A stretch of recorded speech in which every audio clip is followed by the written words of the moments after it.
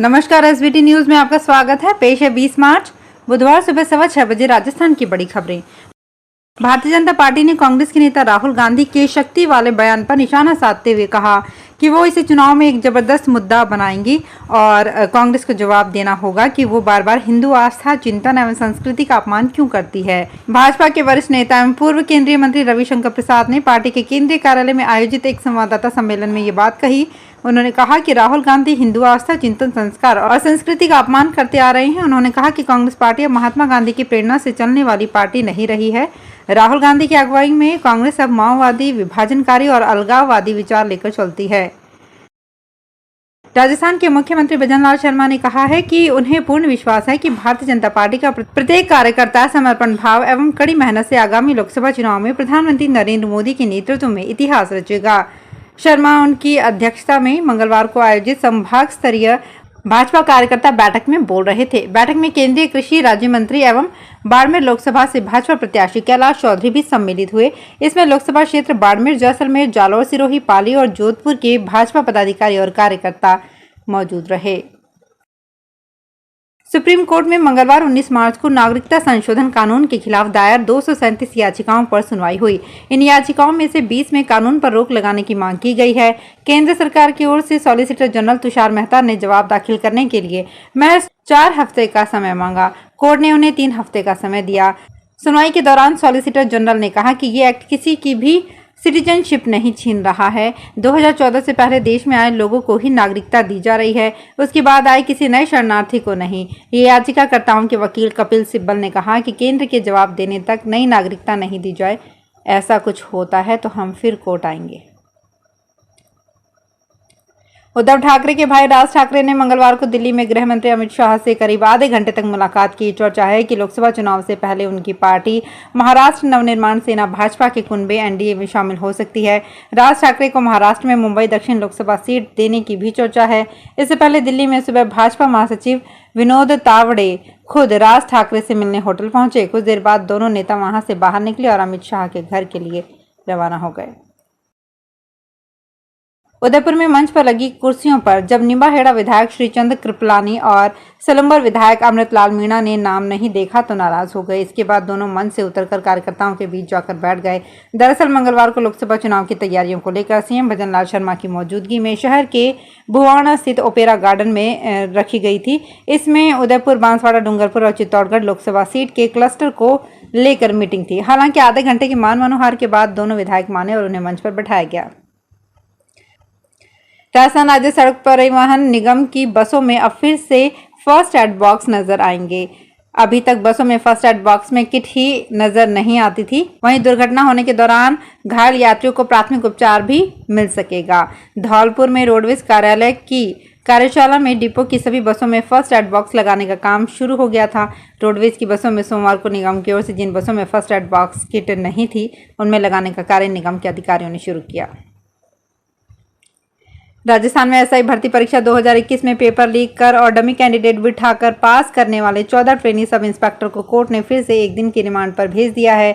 वहीं paper leak gang में शामिल लाइब्रेरियन शिवरतन मोट, एसआई राजेंद्र उर्फ राजू, टीचर राजेंद्र यादव और पटवारी हर्षवर्धन को 2 दिन की रिमांड पर भेजा गया है। साथ ही एसआई भर्ती 2014 में 10 लाख रुपए देकर पेपर खरीदने वाले जगदीश सिहाग और एसआई भर्ती 2021 में डमी कैंडिडेट बिठाकर पास करने वाली इंदुबाला को 4 दिन की रिमांड पर भेजा गया है। राजस्थान में गुर्जर आरक्षण पर फिर संकट के बादल मंडरा रहे हैं। गुर्जर नेताओं को सुप्रीम कोर्ट नोटिस के बाद अब गुर्जरों ने हलचल तेज कर दी है। सुप्रीम कोर्ट ने गुर्जर नेता हिम्मत सिंह गुर्जर और कर्नल किरोड़ी बैंसला को नोटिस देकर जवाब मांगा है।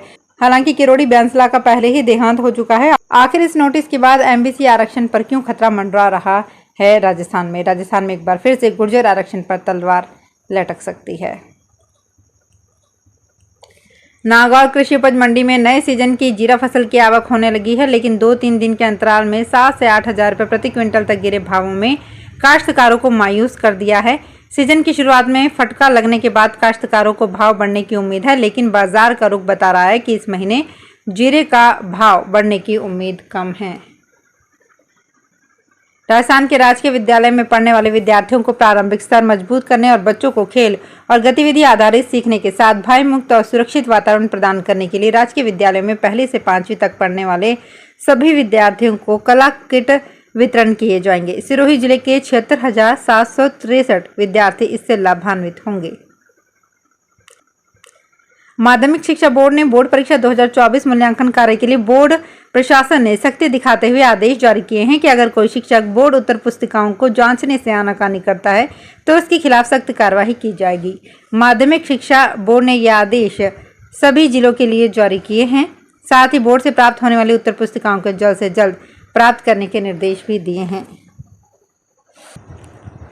राजस्थान में लोकसभा चुनाव की सरगर्मियां बढ़ती जा रही है। पूर्व मुख्यमंत्री अशोक गहलोत के गढ़ जोधपुर में भाजपा ने बड़ी सेंधमारी की है। गहलोत के नजदीक माने जाने वाले नेता और मारवाड़ राजपूत सभा के अध्यक्ष हनुमान सिंह खांडका ने भाजपा का दामन थाम लिया है। इसके अलावा सचिन पायलट के नजदीक सरपंच सुरेश गुर्जर सहित 13 नेताओं ने मुख्यमंत्री भजनलाल शर्मा की मौजूदगी में भाजपा की सदस्यता ली। क्लस्टर बैठक में हुए सियासी दावों के बाद एक निजी होटल में कोर कमेटी की बैठक हुई। यहाँ कांग्रेस नेता और पूर्व सांसद मानवेंद्र सिंह जसोल की सीएम से मुलाकात भी सियासी गलियारों में चर्चा का विषय रही। प्रतापगढ़ जिले में समर्थन मूल्य पर सरसों और चने की खरीद 1 अप्रैल से शुरू की जाएगी। इसके लिए 22 मार्च से पोर्टल शुरू किया जाएगा। खरीद के लिए सहकारी समितियों की ओर से तैयारियां की जा रही है। इसके लिए जिले में कुल 8 केंद्र पर खरीद की जाएगी। इसके लिए राजफेड की ओर से सहकारी संस्थाओं के माध्यम से खरीद की जाएगी, जिसके लिए सहकारी संस्थाओं को इसके लिए नोडल बनाया गया है। सवाई माधोपुर नगर परिषद ने बिजली निगम को अपनी बकाया राशि जमा कराने को लेकर नोटिस जारी किया है। इसे लेकर नगर परिषद आयुक्त फतेह सिंह मीणा एक नोटिस जारी किया है। इसमें विभिन्न मदों की बकाया राशि नगर परिषद में 7 दिन के भीतर जमा कराने के लिए कहा है। नगर परिषद आयुक्त ने बताया कि साल 2007-08 से अब तक बिजली विभाग पर 29,5,29,000 रुपए का बकाया चल रहा है। इसका बिजली विभाग ने अभी तक भुगतान नहीं किया है।